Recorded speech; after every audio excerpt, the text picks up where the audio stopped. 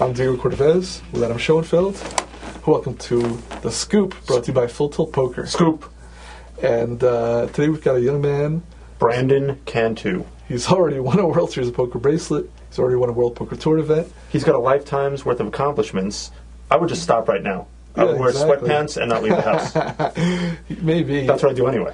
But he did not. In fact, in the main event, he made it all the way down to 20th with a deep run, and he was about the only pro left. Probably the best player left, right? And he was moving and shaking and running over the table and putting beats on people and doing all sorts of stuff. And he eventually got crippled on a very fascinating hand that we're going to talk to him about, so it should be good. So you made a deep run in the main event this year, down to the final three tables. And actually, a fascinating hand came up because Kelly Kim, who made the final table, raised. You put in a big re-raise, and then another player, Dean Hammer, came in and moved in on you. And you had kind of a tough decision because you were relatively priced in, but not totally priced in. Mm-hmm. And just to set the stage for the people who weren't following it as closely, this year, very few well-known, experienced players were in the final few tables. There was no Alan Cunningham or Mike Matizow. So, right. You being you were the best known by far at that point. Yeah, and most experienced, really. I mean, WPT champion and a World Series of Poker champion. You had a big chip lead, one of the chip leaders, and this hand was decisive because you were making a move with a 10-5 offsuit. Right. The fellow who moved down, you had the aces, and then after you called them and lost, you were one of the low chips and went out a little after that. Still a great run because you finished 20th. Mm-hmm. So after that long preamble, is this kind of a live by the sword, die by the sword, or something that you've thought about and tortured yourself about? Trust me, I've thought about this hours and hours and hours and hours and hours. What I did was the wrong play. Because at that point, I'm trying to think, I had like about 5 million in chips or so, mm-hmm. which was a little bit below, it was below average. I don't know, maybe 6.5 was average or something like that. It was, I think there was about 2.2 million in the pot and 1.4 million, it was 1.4 to call. Right. Now the thing that's, people really are jumping down my throat about, I'm not happy about the play, but I really don't think it's the worst play in the world. Because going through this hand, I had the guy to my right. I really felt like I had a read on what he had, that he was weak. I just saw something, mm-hmm. and when he raised, because I was actually instantly going to fold. Actually I hadn't looked at my hand, but I would have normally folded because I was actually kind of playing tight at this point. So when he raised, I saw something, and so then I kind of made it a million. Now the guy that raised was actually in the cutoff. Kelly. It was Kelly then. And he's a pretty tight player as well, from all accounts. I don't know. Yeah, maybe he is. I hadn't played with him that long. But your raise against him is very defensible, and you were probably going to pick it up. I really believe, and I'm curious to see on TV what he has, because I really believe I'm going to pick it up right there. Mm-hmm. And right, if you see something, that's standard poker move. You're a pro, you won before, so you're just going to pick up a nice pot right there. The 950, no one couldn't quibble with that, or making it a million. Right. Yeah. So when I pick up, or when I make it 950 or a million or whatever I make it, he's raising from the cutoff, I'm raising from the button. Now when I do when there's certain people that do this move, mm-hmm. Give me someone really tight, really quick. Give me a real tight player that only does this with premium hands. I'm trying to think. Alan Kessler. Alan Kessler. Now, if Alan Kessler was to raise from the button, mm-hmm. Then you could say maybe the next guy after you has to have a real premium hand. Right. Aces, kings, queens, sure. Ace, king, whatever it is. Even though he's on the button, you give him credit for having. You give him credit. With other guys, you figure this is a positional move. His range could be very, very wide, in your case. Right. Now with me, when I do it, it does not mean that you have to have aces. When I raise from the button, that does not mean you have to have aces, kings, and queens. People raise me so thin that it's unbelievable how thin. Sure. But you're saying even when you re-raise from the button against the cutoff, that could look like a re-steal. I believe that you could even reshove on me with ace queen in that situation. Ace queen, I even believe ace jack, thinking that that I'm on a move. Even not playing against you, just statistically, if I'm playing online or somewhere and someone is re-raising from that spot frequently or raising from that spot frequently, even weaker than that, I'd figure if I have enough chips to get them off the hand, I raise it a lot, And if I don't have enough chips to get him off the hand, those hands like an ace queen or medium pairs are probably way ahead of your range. So I'd feel very comfortable with that. Exactly, and No I thought 9s, 8s. I really thought about this for a long time, and I mean, yes, there is the possibility of aces, kings, queens, jacks, and 10s, and there's the 5 hands that really are trouble. But I just didn't think he had to have one of those 5 hands. Given the numbers you just said, what is it? You roughly need like 25% equity to call. I read analysis where if his range was that narrow, the bigger no, not that narrow. I'm saying if in general against. Okay, go ahead. Oh, well, I was going to say if he has a very narrow range, meaning like 10s are bigger or jacks are bigger and an ace king thrown in there. I thought I read you need somewhere around a 29% or something, which is not very high. Although, as it turns out, it was pretty close. Maybe you're a little below where you need to be on that. If his range is wider than that, then you don't even need that. Yeah. And I don't know exactly. I didn't know my opponent that was doing it that well. Like, somebody could tell me, oh, he's the tightest guy that's ever played poker. I really didn't know him that well. You hadn't been at the table with him. Yeah, I hadn't been at the table that long. I just know that I just know I kind of have a reputation, and I get re-raised so much, and so I have to defend. See, in isolation, I remember a few years ago when Lane Flack was winning a lot of the no-limit tournaments, and he would make some very what on the surface appeared to be long calls, know. And I remember once Lane said to me, I have to make those calls, otherwise I just can't play my game because people know that I'm raising a lot. They're coming back at me, and I've got to call with hands that in those days were perceived as being weak, like 2 9s or ace jack or something like that. So that part I totally understand. Hands that are now the nuts. Yeah, the hands that now are way ahead of the typical range. So in that sense, everything is very understandable. The flip side is, did you think, I'm probably the best player here. I'm one of the best players here. I've got good control over the table. I've got a workable stack where I can keep punching away and putting pressure on people. If I lose this hand, now my plays are limited because I have a shorter stack. And so that cost has to be factored in as well, other than just the straight equities. I probably think about this hand for 5 minutes at the table, I'm going to guess. And the 2 things that are going through my head is, I'm an amazing big stack player, and this is like I'm really good when I have the chips, and I really do feel like I can put fear in people when I have the chips. Then I started thinking, well, this is going to put me on the lower short stack, and I could just take a chance for 1.4 million more, and you kind of talk yourself into it at that point. Just because you'd have such a huge stack. But if you folded the hand, you'd still have you wouldn't have the mega stack, but you'd have some there's a difference of 4 million to 2.6, which really is a lot. I don't know. It's weird what goes through your mind in those real high pressure situations. I was going to ask you, of course, you had a lot of experience. You won a World Series of Poker, and you'd won a World Poker Tour before this. So obviously you're experienced in big spots.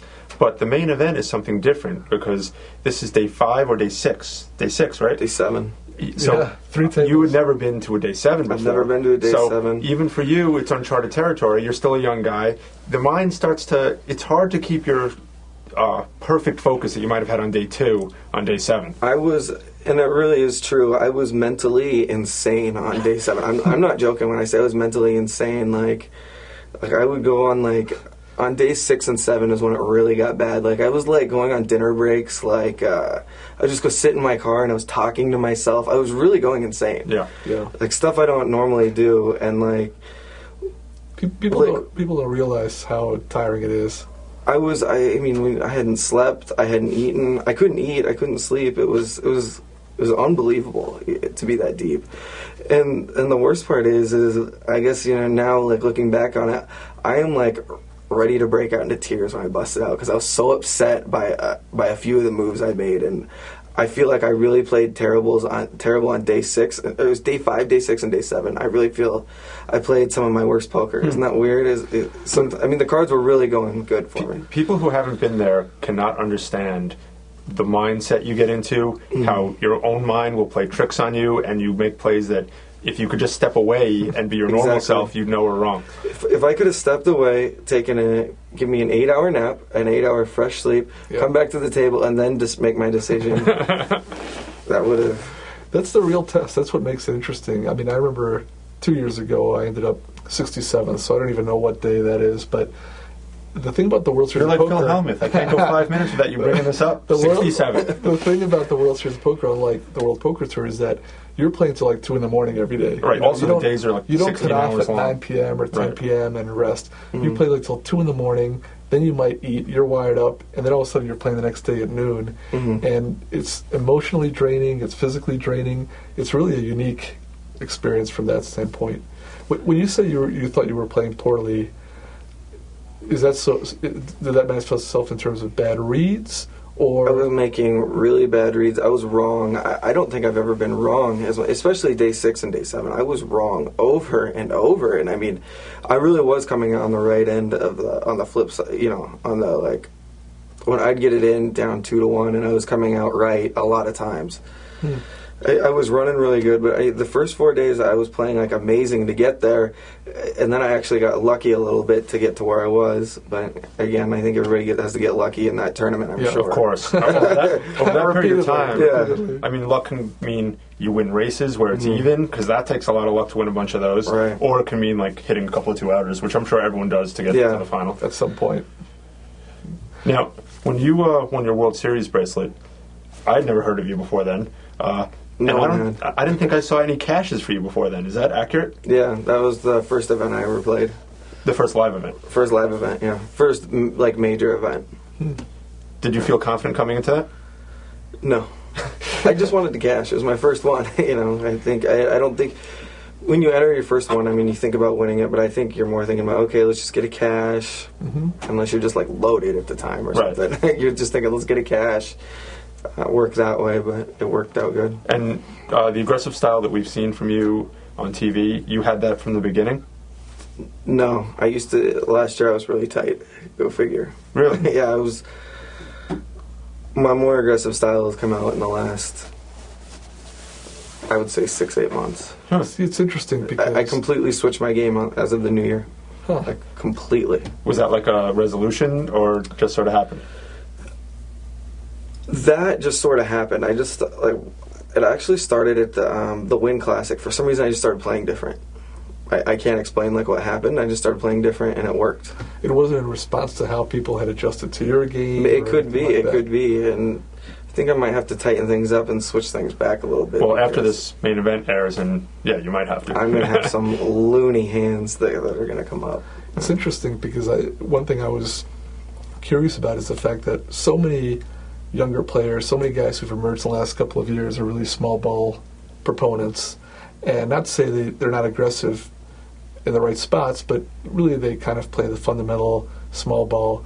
But at least reading about these tournaments that you've won in the World Series, you're more old style, putting the big pressure on, putting big moves and removes pre-flop, which a lot of people kind of shy away from these days. And obviously it was very effective for you. So I was curious as to how that style had developed, and now it seems like you're adjusting. It's really weird. I kind of took more of my cash game style from playing like 10, 20, 25, 50 at the Bellagio. I'm taking that where I'm playing, where I play a lot more hands than I did in tournaments, and I kind of brought that over to my tournament style.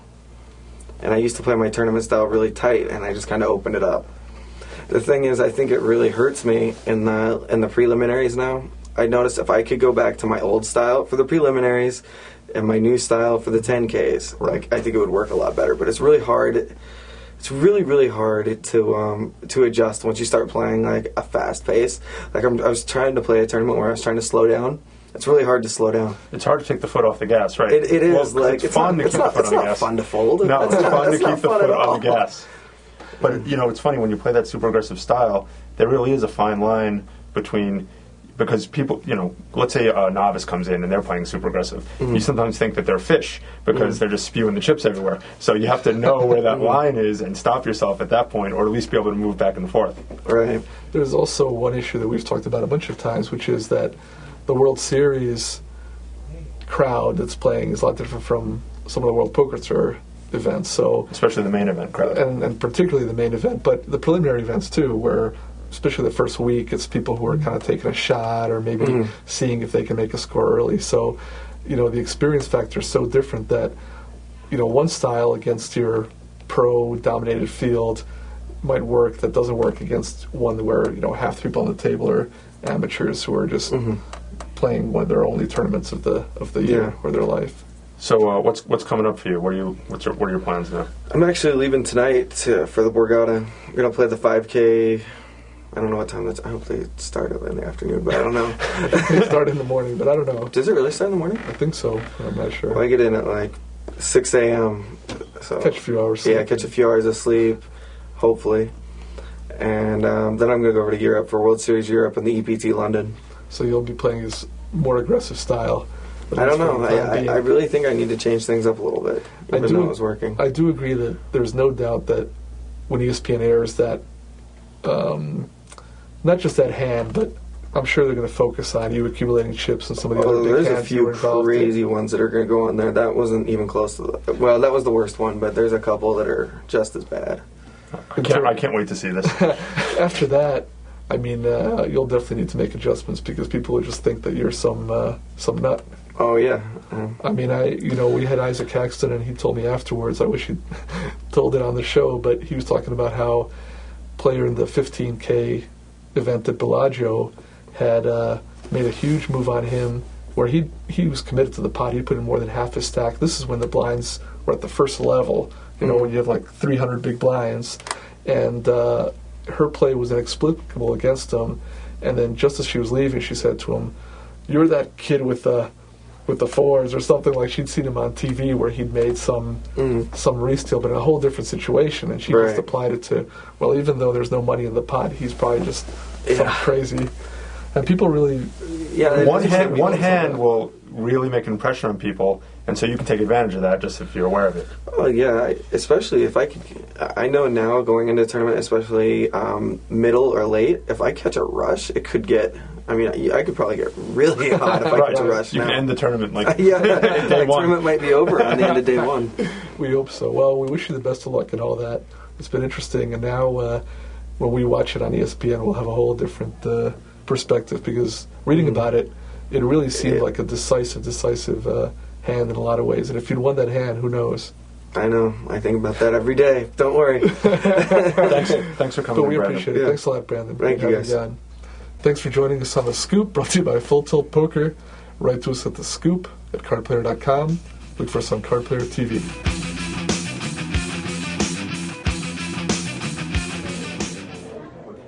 2 bracelets. Awesome. Well, these aren't easy to win. I remember this one like it was yesterday. My opponent had me down to my left. Sorry.